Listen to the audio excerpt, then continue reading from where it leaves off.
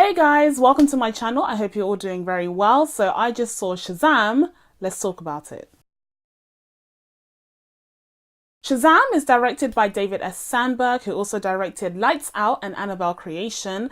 And going into this film, I was really excited because when the trailers came out last year, these are some of my favorite trailers to come out. I actually preferred Shazam to Aquaman at that point. So I was very excited to see what the DCEU was doing, the new direction that it was taking. And I was excited to see a superhero film that was also a comedy, that also had mystical elements to it. Like, I was very interested in this property, and I have to say that they very much delivered, in my opinion, on this premise. And I think this film is a great time at the cinema.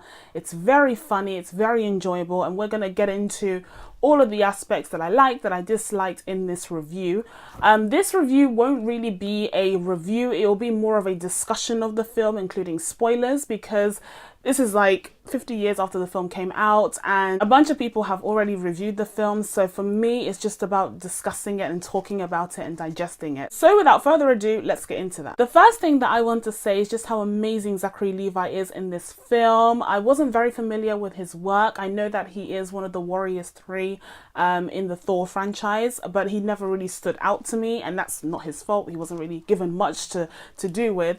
But I have to say here, he really came into his own. Shazam is such a hilarious character. He's so likable. He has this childlike wonder and joy inside of him, and it matches the circumstances and also the fact that he's an adult now. Like, they do a very good job of distinguishing the wonder of having superpowers, but also just the wonder of being older and being an adult and being able to do so many things in society that kids aren't able to do.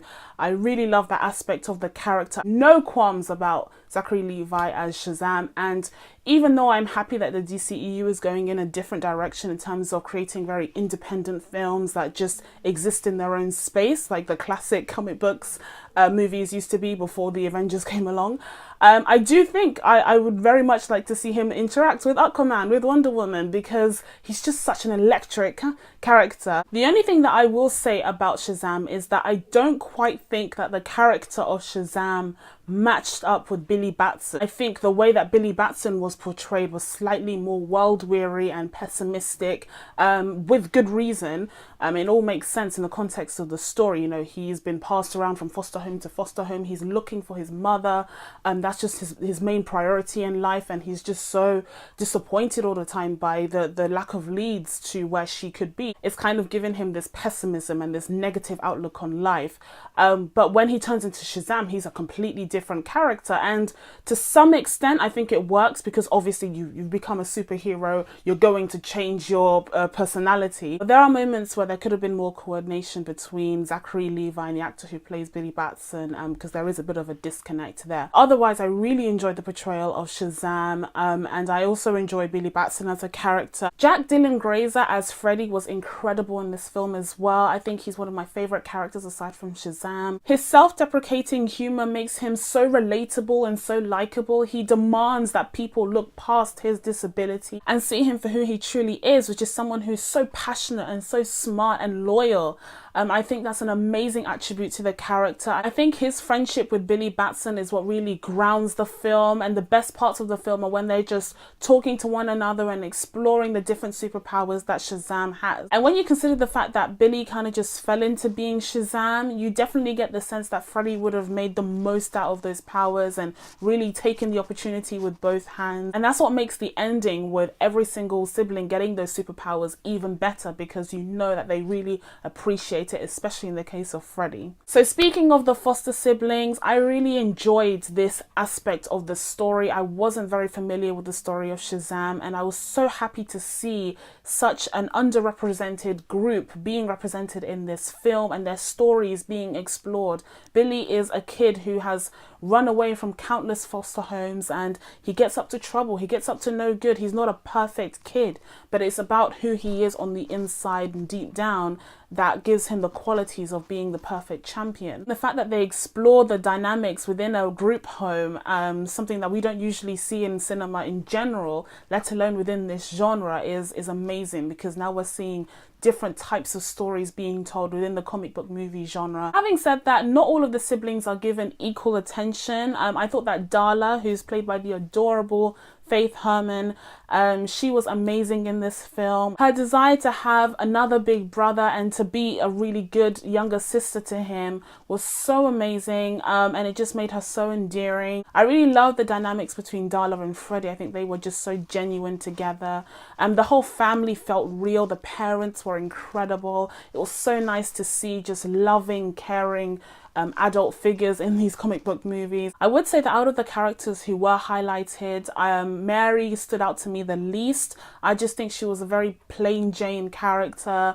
There were interesting elements to her story in terms of her not wanting to leave to go to college and better her life, and you know, Billy giving her the advice of just leaving her family behind. But that was never really resolved. There were a lot of loose ends in that aspect.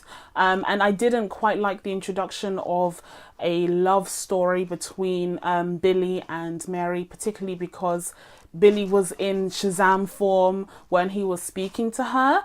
And that kind of felt weird because obviously she's a teenager. But in terms of her character, I'm definitely interested to see where she goes. I just think she needs to be highlighted better and given more of a role in the film before they even introduce a romantic aspect to her, because otherwise she'll just become the average love interest. I also really enjoyed the different set pieces in this film for the most part. I thought they were more creative and more inventive. I very much liked Philadelphia being featured as the backdrop to this story. It played a very prominent role. It wasn't just there looking very bland and generic. I mentioned in my Captain Marvel review that California in that film feels very much like New Mexico in the first Thor film. Here it's not the case. They definitely highlight some of Philadelphia's famous landmarks and the whole Rocky sequence. I love that. I think they really embraced that setting. And also I really enjoyed the Rock of Eternity. I especially liked the use of the statues that had trapped the 7 deadly sins. I thought they were very scary and spooky. This film had a lot of very cool horror imagery, surprisingly, considering that I had just written it off as a comedy, but it definitely has horror elements in there, which makes sense considering that David S. Sandberg also directed those other horror films like Annabelle Creation. But I think that the imagery was used very well here, particularly with the 7 deadly sins. They looked very similar to the Avengers Infinity War monsters that were in Wakanda, but I think they were actualized here way better. They were just given more definition and more detail. Their glowing red eyes had a huge impact, and the way that they came about in the dusty, shadowy cloud was very well utilized.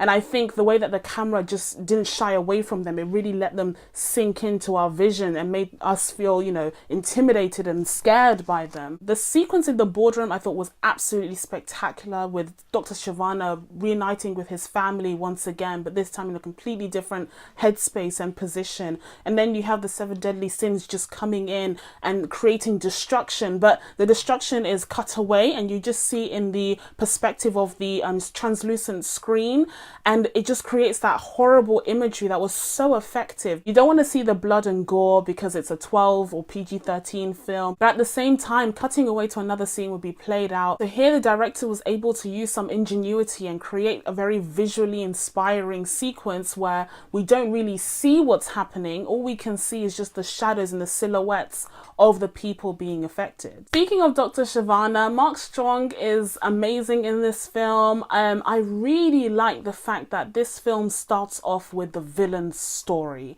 It establishes all we need to know about the villain in that opening sequence where he's with his brother and his father in the car, and they're telling him how much of a wimp he is and he needs to be a man, and he feels pressured by them and insecure because of them. And then he goes and visits the Rock of Eternity, and it just shows that those feelings that manifested inside of him as a child led to him becoming very corrupted in his mind, even at that young age. So he was tempted by the evil eye and he wasn't able to obtain Shazam's powers. And that event was kind of the inciting incident to his downfall, and he became obsessed with what had happened to him with the Rock of Eternity. and proving his worthiness. Upon getting the powers from the Eye of Sin, he definitely became controlled by the 7 deadly sins, and the fact that Shazam was able to utilize that and manipulate that. And to be fair, Mary was the one who was able to figure that out, although I wasn't very convinced by how she was able to do that. Like, she's smart, but she's not well versed in the law, so it didn't quite make sense how she was able to. But anyways, I would definitely be excited to see him in a sequel because I think he did an amazing job here, and I think DC definitely redeemed themselves after the mess that was Green Lantern. Lastly, speaking of the 7 deadly sins, what I really like about the DCEU is its embrace of the Greco-Roman mythology. I really love that stuff. I think it's so fascinating, and I know that they kind of play around with it and mix things up in the comics, and so in Wonder Woman and Aquaman, when they mention these things, it just kind of spikes my interest.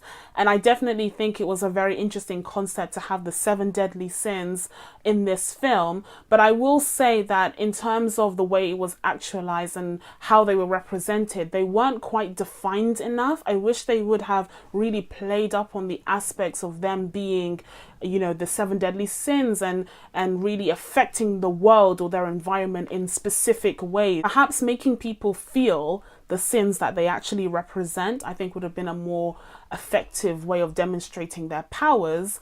But instead they kind of end up being just generic monsters, and I think that was a missed opportunity on the film's part. Another issue that I have with this film is the CG. Now, this is kind of like a running theme in my reviews at this point, but there are moments in this film where the CG is great, and then there are moments where it is just really, really bad. And I would say that the worst moments are when the characters are flying. I think they have not mastered flying quite yet, which is bizarre because I think some of the flying in Man of Steel from 8 years ago was far better than the flying here. But again, there are moments where this is really good and there are moments where it's terrible. And I think that just shows how the CG is kind of assigned to different artists and different studios. So it really does depend on how much time they're able to dedicate to certain aspects of the film. And therefore the quality kind of fluctuates. Another critique I have is that I would say the first half of this film is far superior than the second half, and especially in the last act where they're at the fun fair and they all become the superheroes. And I absolutely love that about this film. I love the fact that everyone was able to join in on this amazing gift that Billy was given. But I will say that the costumes and the actors, they were very relatively unknown actors, at least to me. I only knew grown-up Darla from Think Like a Man, but everyone else I was kind of unfamiliar with. And it also became quite cheesy just in tone. I do think that it descended into a CW episode, and that was a bit disappointing because the first half of the film has such a distinct cinematic quality, even if it is a very down-to-earth film. But at the end, it started to become a bit CW, a bit TV. I also had a few issues with the middle of the film where there was the compulsory manufactured conflict between Billy and Freddie. I didn't find it wholly convincing because they had spent so long building their friendship, and all of a sudden it seemed like everything was going wrong, and Freddie accused Billy of being a bully, which I didn't really buy. He became self-centered and he became obnoxious and superficial, but he was never a bully. I also found it unconvincing when Billy accuses Freddie of being selfish and wanting the powers for himself just to kind of show off. I didn't really see that because I think throughout the whole beginning of the film, they definitely established Freddie as being a support system for Billy in his journey in finding out what these powers were capable of and what he was capable of as a superhero. So it kind of felt like a 180 turn. They did have that one scene where Freddie assures the bullies in the school that he knows who Shazam is and that he can bring him over for lunch to prove it. And then of course Shazam doesn't show up.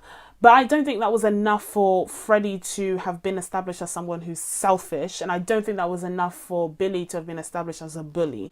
And similarly, I wasn't wholly convinced by the sudden connection that Billy had with the rest of the foster kids. I really, really liked that scene where he finally confronted his mother and finally saw her, and it turned out that she had just abandoned him. It was very much alluded to as the authorities and as the care worker had constantly been saying to him, like, you're looking for someone who doesn't want to find you, who never looked for you.